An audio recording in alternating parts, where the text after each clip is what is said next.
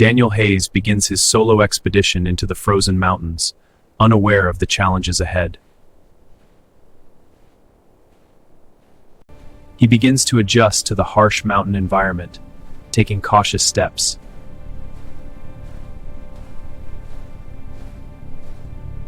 Daniel moves cautiously along the mountain ridge, aware of the hidden dangers beneath the snow.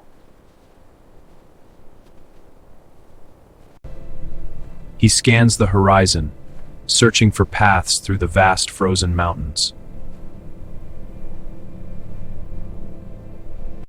Every step is a careful calculation as Daniel navigates the treacherous icy trail.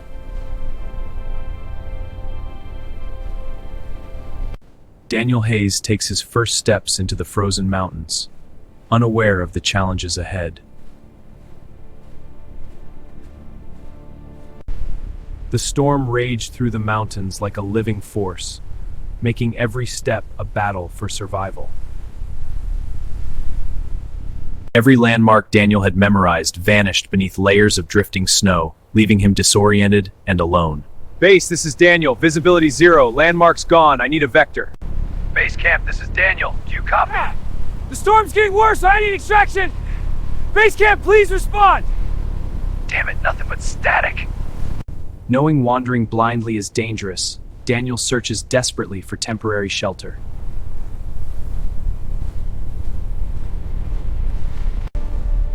Daniel digs a small emergency shelter, using every ounce of strength to survive the night.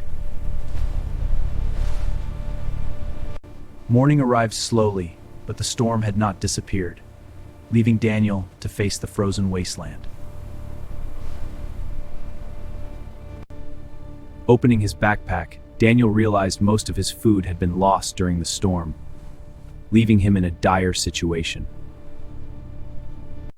To survive, Daniel gathered snow and carefully melted it for water, conserving energy and fuel.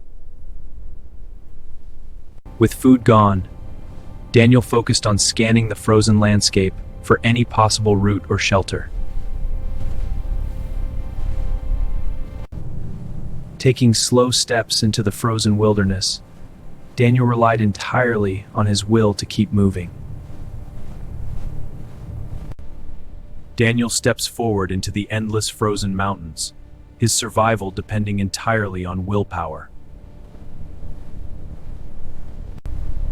By the second day, the storm had weakened slightly, but the mountains were still trapped beneath thick clouds and freezing winds. Without food, the first signs of weakness crept into his body, yet he had to keep moving to survive. Desperate for food, Daniel searched for tracks or frozen vegetation, but the winter landscape offered nothing.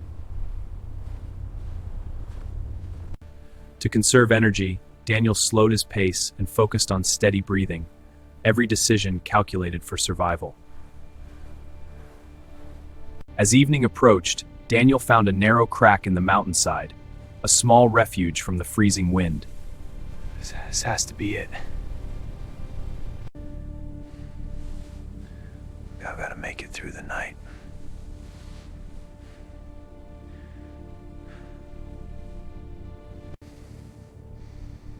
So weak. Can't give up now.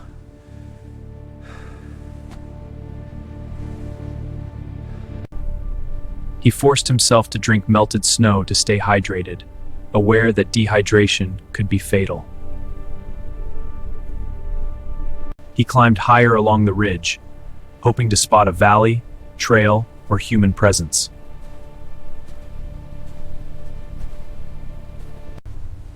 He thought he saw movement, maybe food or life, but it vanished in the blowing snow. A cruel trick of light.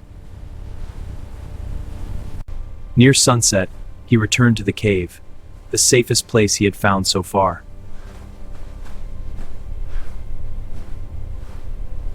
As darkness swallowed the mountains, Daniel lay awake, listening to distant groans of shifting ice, survival a test of willpower.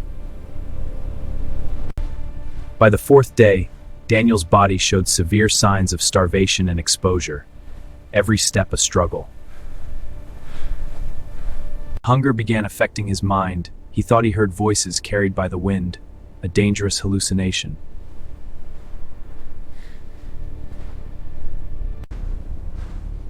While crossing a steep slope, he noticed a larger cave entrance hidden between ice cliffs.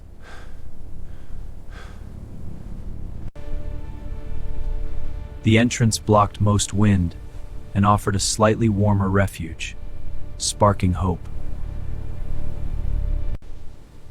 Crawling inside, he rested against the stone wall, still alone but finally with some protection from the storm. Still alone and starving, Daniel had found a place to endure the storm, and sometimes endurance was everything. By the 5th day, the brutal conditions had begun to break Daniel's body.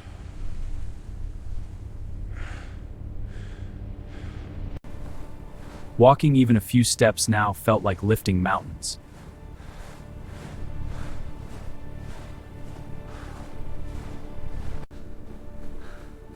Hunger began twisting his senses, making shadows look like people.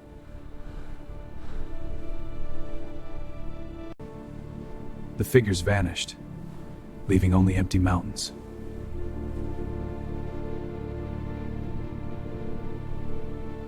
He focused on simple survival tasks to stay alive.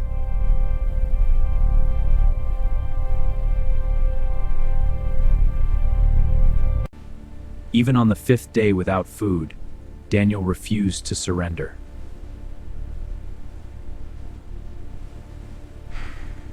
On the 6th day, Daniel knew he could no longer remain inside the cave. Each step drained his fading strength, but Daniel kept climbing. Far below, he spotted a brief glint of movement on the frozen ridge. The movement disappeared. It was only sunlight reflecting from the ice. By afternoon, his vision blurred and his hands trembled violently. In the dim cave light, Daniel noticed the ice reflecting sunlight like a signal, perhaps a way to attract rescue. By the 7th day, Daniel's body had reached extreme exhaustion. Hunger twisted his senses, making shadows appear like people in the snow. Despite his weakness, Daniel began planning a signal for rescue. Fighting the wind, he climbed toward the ridge to place a signal. Hours passed, but the empty sky brought no rescue. Starving and alone, Daniel still refused to surrender. He forced himself to rise and drink melted snow for strength. By the 8th day, Daniel's body was on the brink of collapse. His goal was simple: reach the highest ridge for a chance to be seen. For a moment, he believed a rescue team had arrived. But the shapes were only shifting snow and ice. The mountains offered no mercy, yet Daniel kept moving. On the 9th day, Daniel heard something he hadn't heard in nearly a week. Weak but desperate, Daniel forced his body to move. He grabbed the brightest cloth he could find to signal the helicopter. He lit a flare, hoping the smoke would guide the rescuers. But the helicopter flew past without seeing him. Even as hope faded, Daniel refused to give up. As the 10th day dawned, Daniel's strength had nearly vanished. Gathering his final strength, Daniel climbed to the highest ridge.